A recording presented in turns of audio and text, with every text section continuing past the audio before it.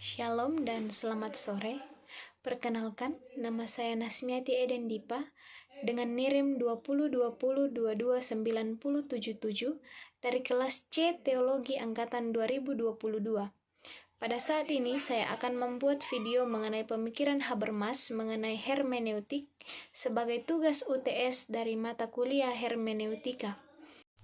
Sebelum membahas lebih jauh mengenai pemikiran Habermas tentang hermeneutika, terlebih dahulu kita harus mengetahui siapa itu Habermas. Habermas adalah seorang filsuf yang lahir di kota kecil Gummersbach, dekat Düsseldorf pada tanggal 18 Juni 1929 dari kelas sosial menengah di Jerman. Ayahnya adalah direktur kamar dagang dan industri di kota itu. Pada tahun 1954, Habermas meraih gelar doktor di Universitas Bonn dengan disertasi tentang scaling. Habermas bukanlah orang yang memusatkan pemikirannya pada hermeneutik, dia lebih dikenal sebagai teoretikus sosial dan filsuf terkemuka di Jerman. Di Jerman, Habermas memainkan peran ganda yaitu sebagai akademikus di satu sisi dan di sisi lainnya sebagai warga negara dan penulis politis yang aktif. Seperti yang telah dijelaskan sebelumnya bahwa Habermas adalah seorang filsuf, maka selain menulis karya-karya tentang filsafat dan ilmu-ilmu sosial kebudayaan, beliau juga sering melakukan perdebatan penting dalam filsafat, salah satunya dengan Gadamer. Habermas mengkritik pemikiran Gadamer tentang prasangka dan tradisi. Habermas tidak setuju dengan pemikiran Gadamer karena menganggap bahwa prasangka legitim itu tidak ada jika di dalam berpikir kita tidak mampu membedakan diri dari tradisi. Membicarakan Habermas dalam topik hermeneutik tidaklah mudah. Mengapa demikian? Karena beliau tidak secara khusus mengembangkan hermeneutik. Namun beliau tidak dapat dikecualikan dari topik hermeneutik karena ada banyak tulisannya tentang ilmu sosial yang melibatkan kritiknya terhadap hermeneutik. Habermas memiliki tanggapan-tanggapan kritis terhadap hermeneutik filosofis Gadamer. Dalam tanggapan tersebut, Habermas tidak hanya mengkritik Gadamer, melainkan juga mengambil pendirian sendiri tentang hermeneutik. Apa itu? Pendirian Habermas tentang hermeneutik kemudian dikenal sebagai hermeneutik kritis. Nah, apa itu hermeneutik kritis dan bagaimana cara kerjanya? Pertama-tama, hermeneutik kritis dapat dijelaskan sebagai metode ilmiah untuk memahami struktur-struktur makna atau teks yang terungkap dalam tuturan yang dihasilkan oleh suatu komunikasi yang terdistori secara sistematis.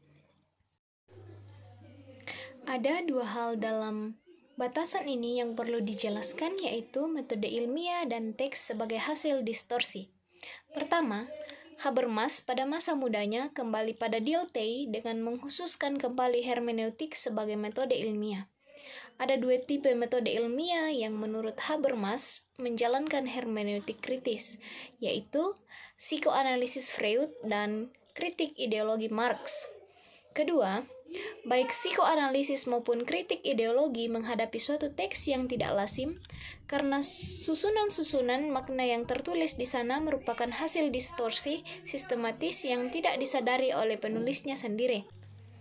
Sasaran hermeneutik kritis berbeda dari hermeneutik biasa, karena bagi hermeneutik kritis, memahami bukanlah sekedar mereproduksi makna yang dimaksud penulis, seperti pada Schleiermacher dan Dilthey, dan juga bukan sekedar memproduksi makna baru yang terarah ke masa depan, seperti pada Heidegger dan Gadamer, melainkan membebaskan penulis dari komunikasi yang terdistorsi secara sistematis yang telah menghasilkan teksnya. Sasaran ini tidak lazim. Lazimnya hermeneutik bertujuan agar pembaca memahami teks, tetapi hermeneutik kritis bertujuan agar penulisnya memahami teks yang ditulisnya sendiri, sehingga ia bebas dari distorsi-distorsi, yakni dalam kasus psikoanalisis memperoleh kesembuhan dan dalam kasus kritik ideologi memperoleh otonomi. Dengan demikian, seperti pada pendirian Heidegger, bagi Habermas, memahami bukan sekedar melibatkan dimensi kognitif manusia, melainkan juga keseluruhan dimensi praktisnya, khususnya dimensi sosialnya.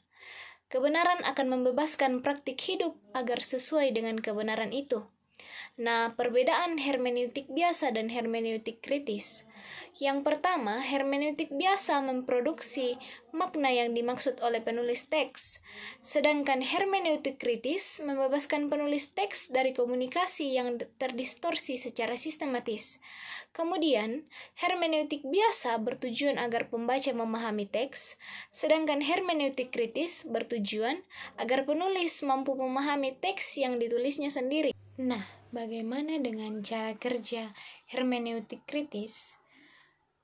Habermas berpendapat bahwa setiap orang menghasilkan teks yang bisa dipahami orang lain, entah itu tertulis atau berupa tuturan dan perilaku. Contohnya, ketika berbicara dengan teman, misalnya kita berupaya memahami kata-kata atau perbuatannya, seperti seorang penafsir mencoba mengakses sebuah teks. Begitu pula seorang terapis kejiwaan, entah itu psikolog atau psikiater, adalah seorang penafsir teks, yaitu tuturan atau perilaku yang dihasilkan oleh pasiennya, seorang penderita neurosis.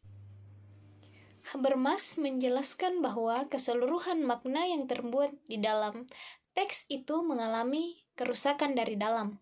Untuk mengetahui tantangan yang dihadapi penafsir, sang terapis perlu diketahui berapa besar kerusakan itu. Teks itu mengungkapkan sebuah komunikasi entah dengan diri penulisnya atau dengan orang lain. Teknik yang dilakukan oleh hermeneutik kritis meliputi dua hal, yaitu merekonstruksi teks dan mendorong refleksi penulisnya. Yang pertama adalah tugas interpretasi, sedangkan yang kedua adalah tugas analisis. Kita mulai dari tugas pertama. Habermas menyejajarkan tugas rekonstruksi itu dengan apa yang dilakukan seorang arkeolog. Ada repetisi, bahasa privat, bahasa publik, hal-hal yang dilupakan akibat konflik psikis. Semua itu mirip puing-puing candi dalam arkeologi, harus dibangun ulang agar masa silam hadir kembali di hadapan baik pembaca maupun penulisnya sendiri. Rekonstruksi teks adalah tugas first hand. Tugas kedua, yaitu tugas analisis, mencoba menemukan sebab mengapa teks macam itu yang dihasilkan. Tugas kedua inilah yang memberi ciri khas hermeneutik kritis, karena analisis sanggup menyelam ke kedalaman motif-motif tak sadar penulisnya. Tugas analisis juga seperti tugas seorang arkeolog yang setelah merekonstruksi sebuah candi membawa publik pada ingatan masa silam. Lewat analisis itu, dia mencoba membawa pasien pada ingatan. Hasil interpretasi, yaitu rekonstruksi teks dan kesadaran pasien, merupakan kesenjangan yang menemukan jembatannya dalam ingatan pasien. Maka hasil konstruksi harus dicek dengan ingatan pasien.